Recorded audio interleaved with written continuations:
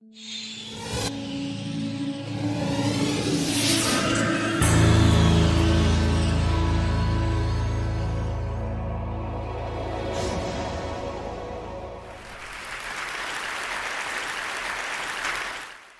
always wanted to become a walking laboratory of social engagement, to resonate other people's feelings, thoughts, intentions, motivations in the act of being with them.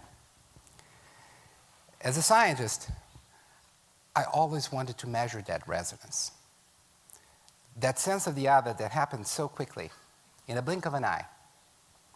We intuit other people's feelings. We know the meaning of their actions even before they happen.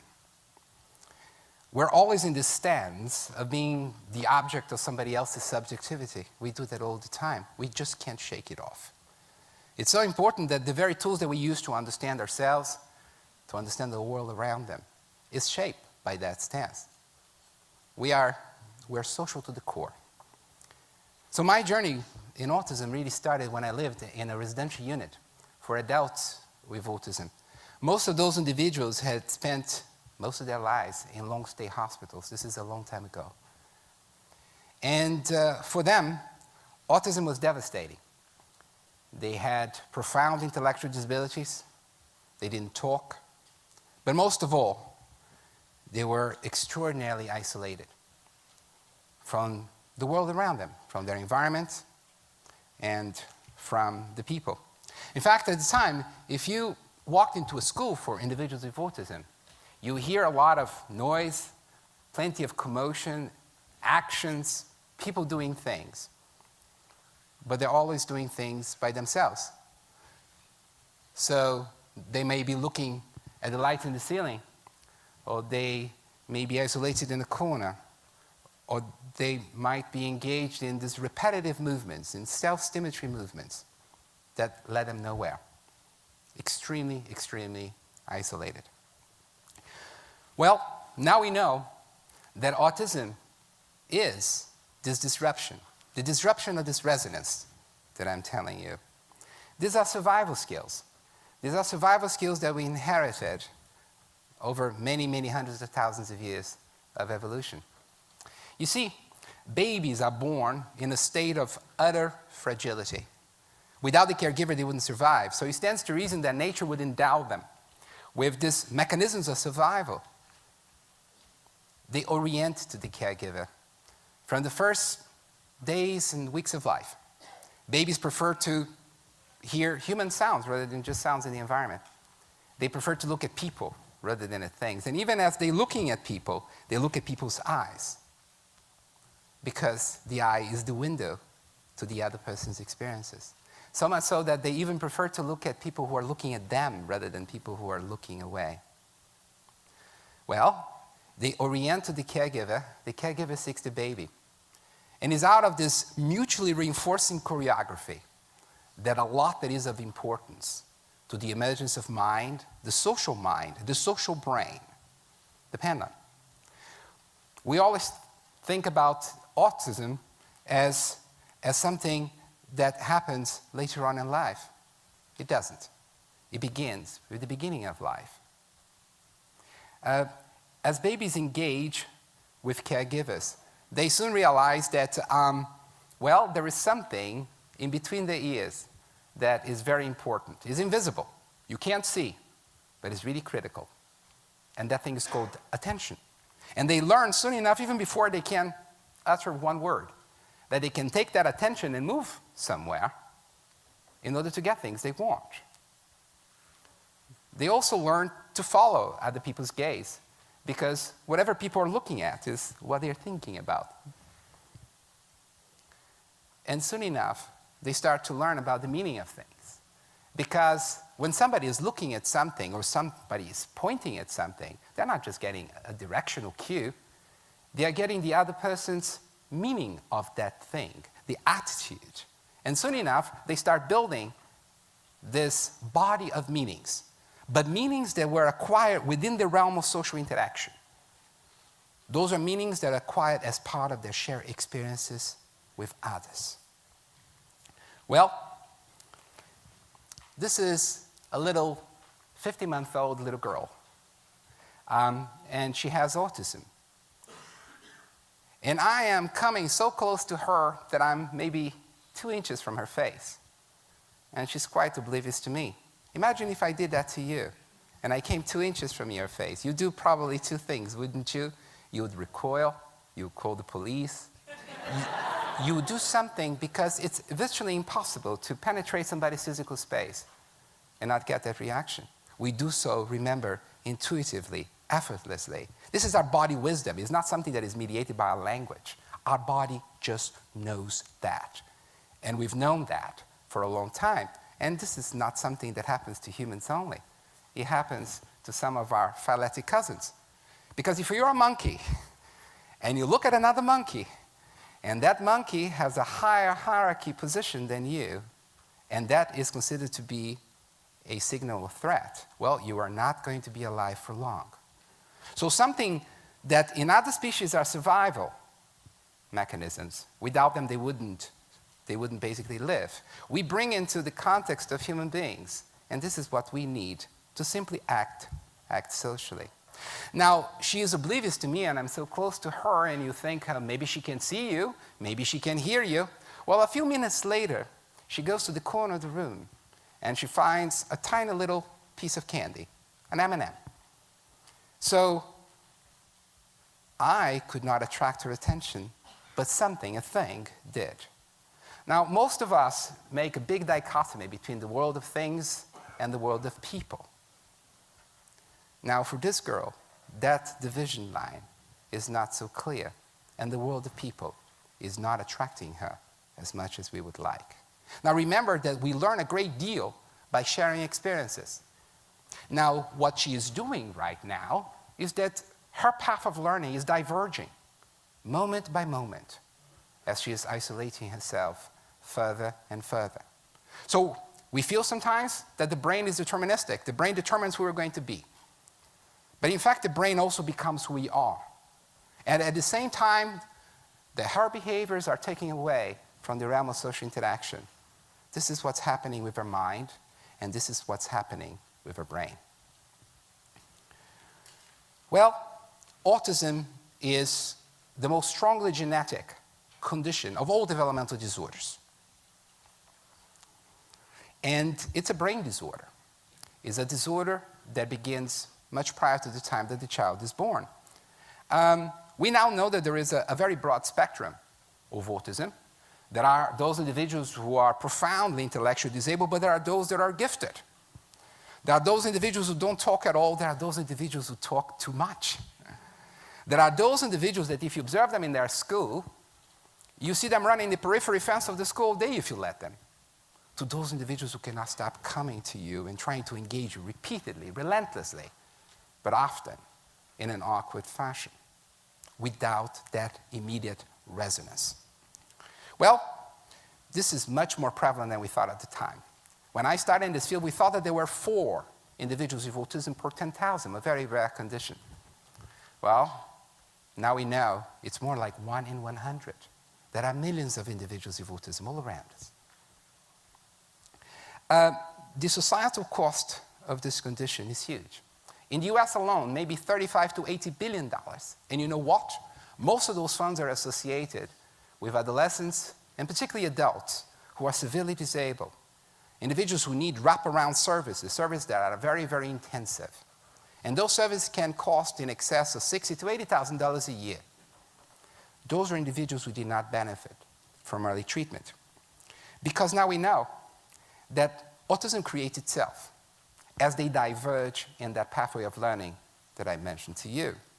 Were we to be able to identify this condition at an earlier point and intervene and treat, I can tell you, and this has been probably something that has changed my life in the past 10 years, this notion that we can absolutely attenuate this condition. Also, we have a window of opportunity because the brain is malleable for just so long. And that window of opportunity happens in the first 3 years of life. It's not that that window closes. It doesn't. But it diminishes considerably. And yet, the median age of diagnosis in this country is still about 5 years. And in disadvantaged populations, the populations that don't have access to clinical services, rural populations, minorities, the age of diagnosis is later still, which is almost as if I were to tell you that we are condemning those communities to have individuals with autism whose condition is going to be more severe. So I feel that we have a bioethical imperative. The science is there, but no science is of relevance if it doesn't have an impact on the community. And we just can't afford that missed opportunity because children with autism become adults with autism. And we feel that those things that we can do for these children, for those families early on, will have lifetime consequences for the child, for the family, and for the community at large. So this is our view of autism. There are over 100 genes that are associated with autism. In fact, we believe that there are going to be something between 300 and 600 genes associated with autism, and genetic anomalies, much more than just genes. And we actually have a bit of a question here. Because if there are so many different causes of autism, how do you go from those liabilities to the actual syndrome? Because people like myself, when we walk into a playroom, we recognize the child as having autism. So how do you go from multiple causes to a syndrome that has some homogeneity? And the answer is what lies in between, which is development. And in fact, we are very interested in those first 2 years of life. Because those liabilities don't necessarily convert into autism. Autism creates itself. Were we to be able to intervene during those years of life, we might attenuate for some, and God knows, maybe even prevent for others. So how do we do that?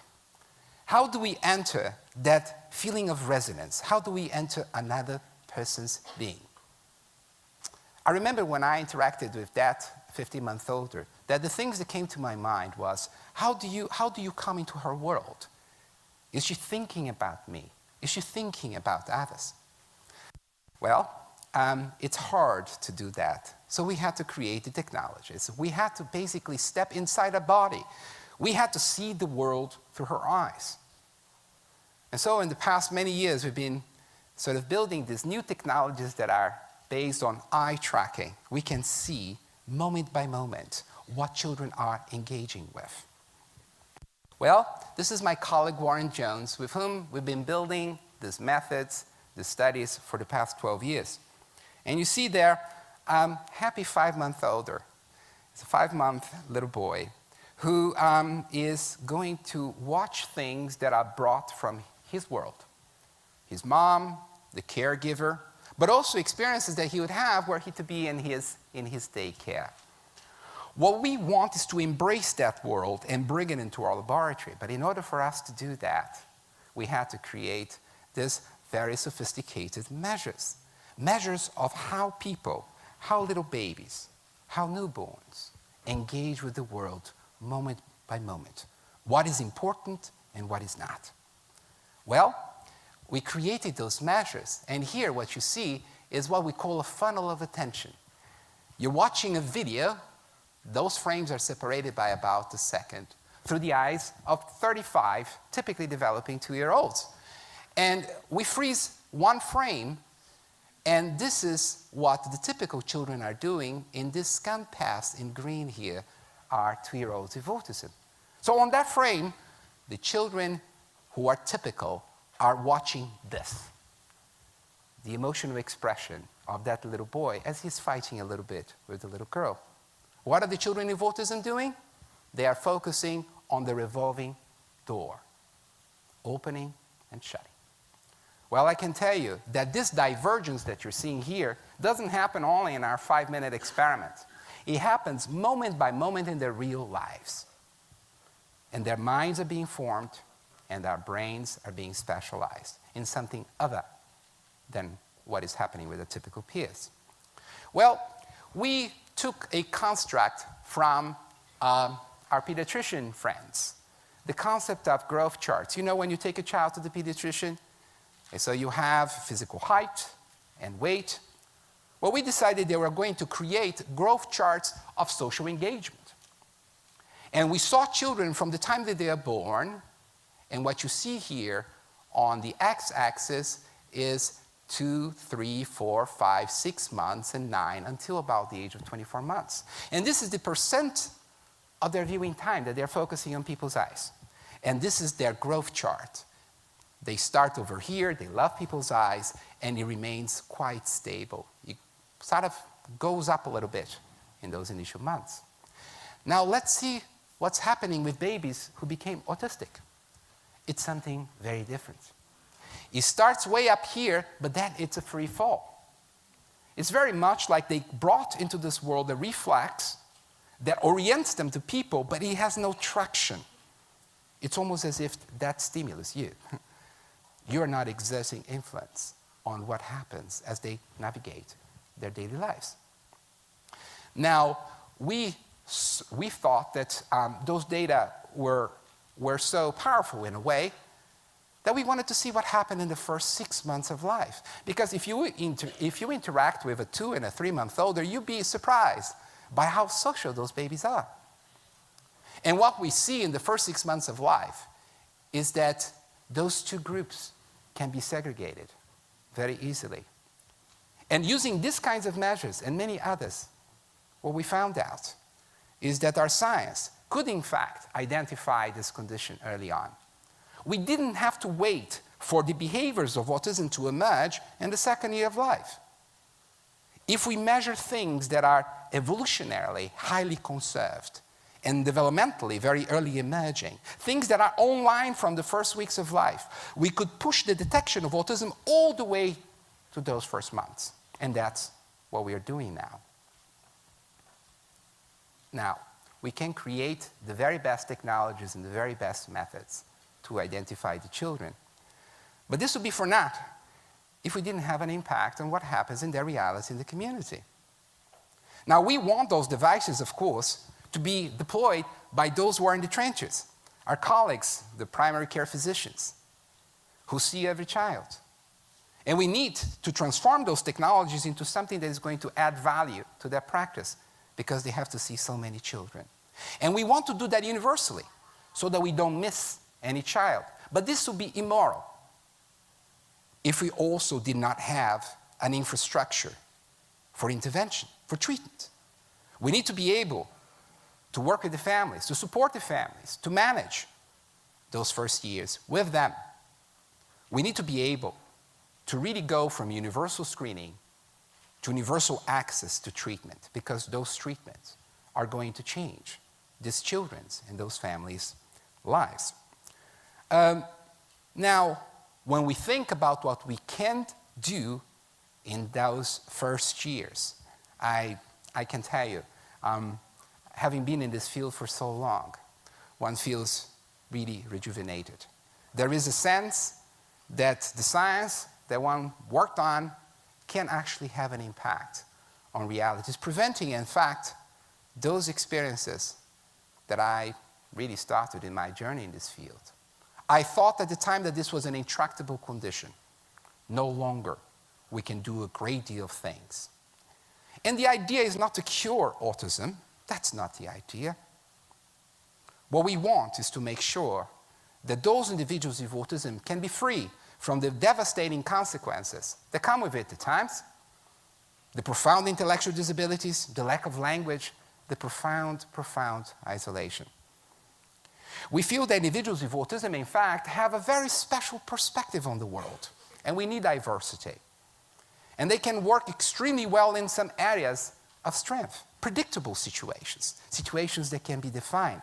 Because after all, they learn about the world almost like about it, rather than learning how to function in it. But this is a strength. If you're working, for example, in technology, and there are those individuals who have incredible artistic abilities, we want them to be free of that. We want that the next generations of individuals with autism will be able not only to express their strengths, but to fulfill their promise. Well, thank you for listening to me.